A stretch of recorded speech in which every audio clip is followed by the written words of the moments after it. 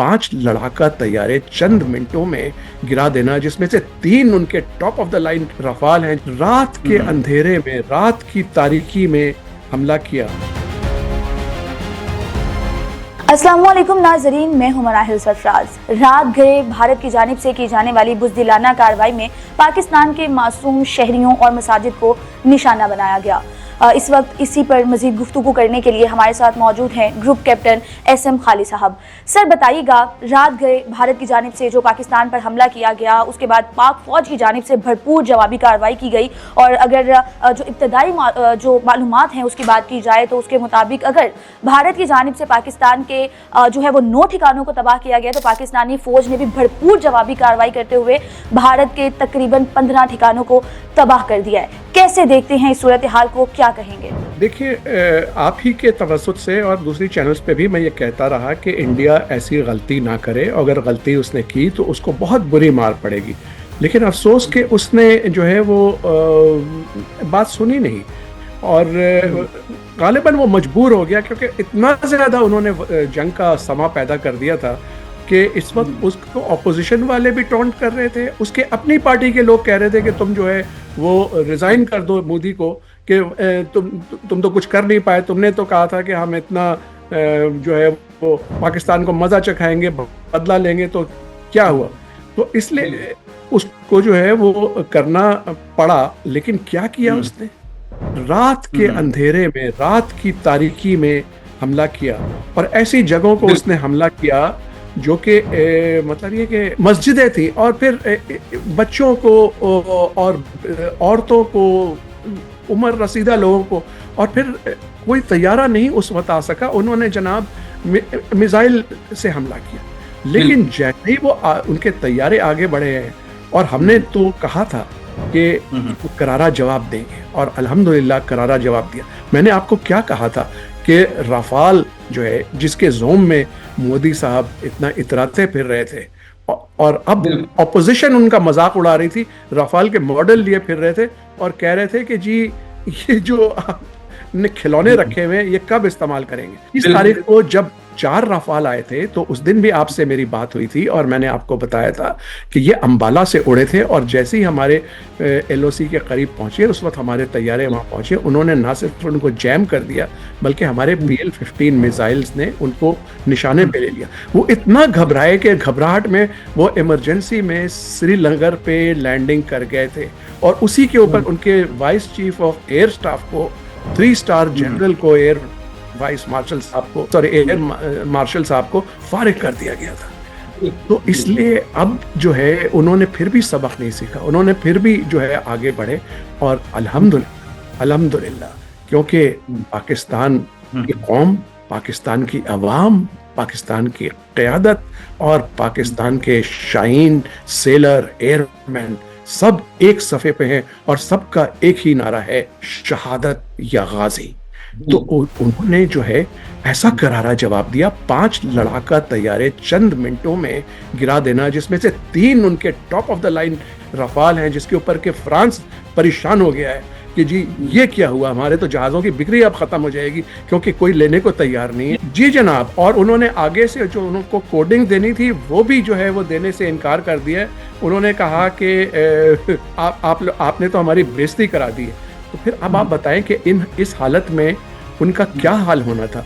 उनका brigade headquarter जो है, इन्फेंट्री ब्रिगेड का हेडक्वार्टर, कोई मामूली चीज़ नहीं होती, उसको उड़ा दिया गया।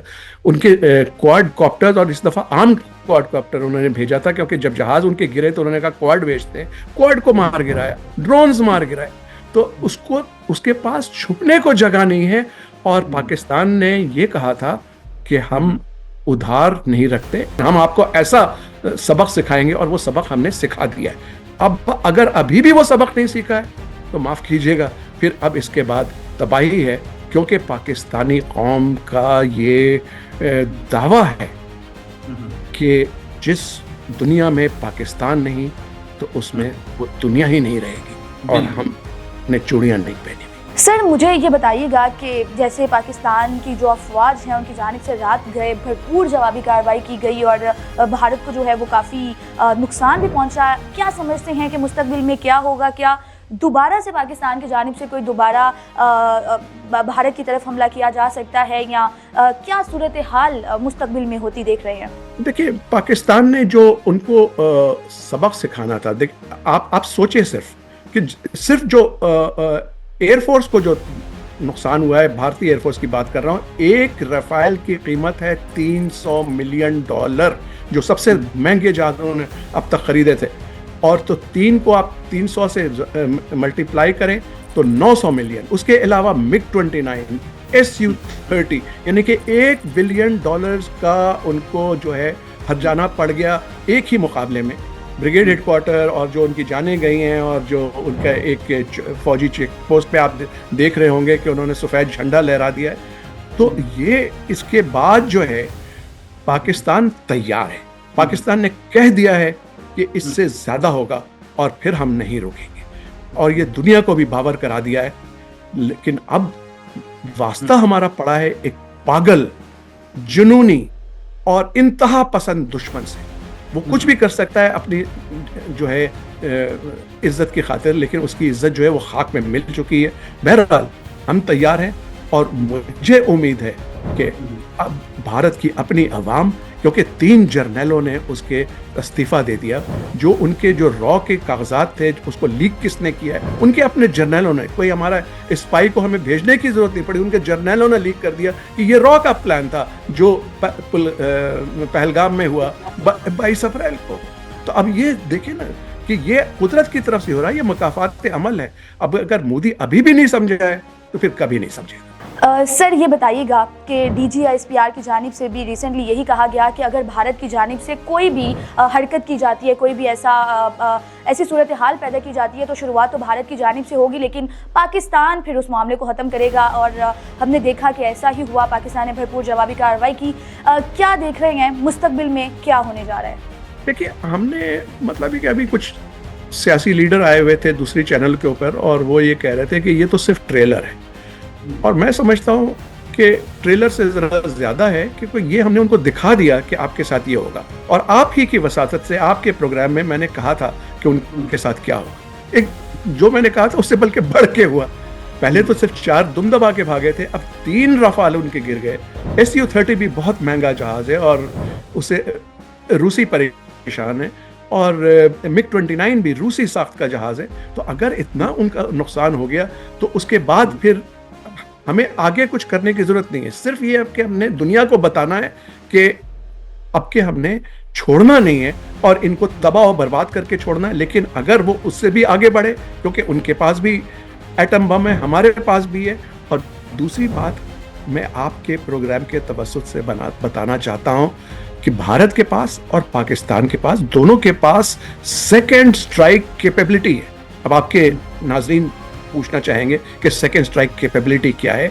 सेकेंड स्ट्राइक कैपेबिलिटी ये है कि अगर वो एक न्यूक्लियर हमला करता है तो हमारे पास वो हथियार है, और इस किस्म के हथियार है एरियल, सबमरीन और ज़मीन से और सरफेस से, कि हम उसको दोबारा हमला करेंगे, और दोबारा हमला फिर ऐसा करेंगे कि वो जिंदा नहीं रहेगा। तो अब आप सोच लें कि सेकेंड स्ट्राइक कैपेबिलिटी के साथ उसको आगे बढ़ना चाहिए या नहीं बढ़ना चाहिए, या दुनिया को अब आ जाना चाहिए और ये कहना चाहिए कि भाई बस करो, ख़त्म करो।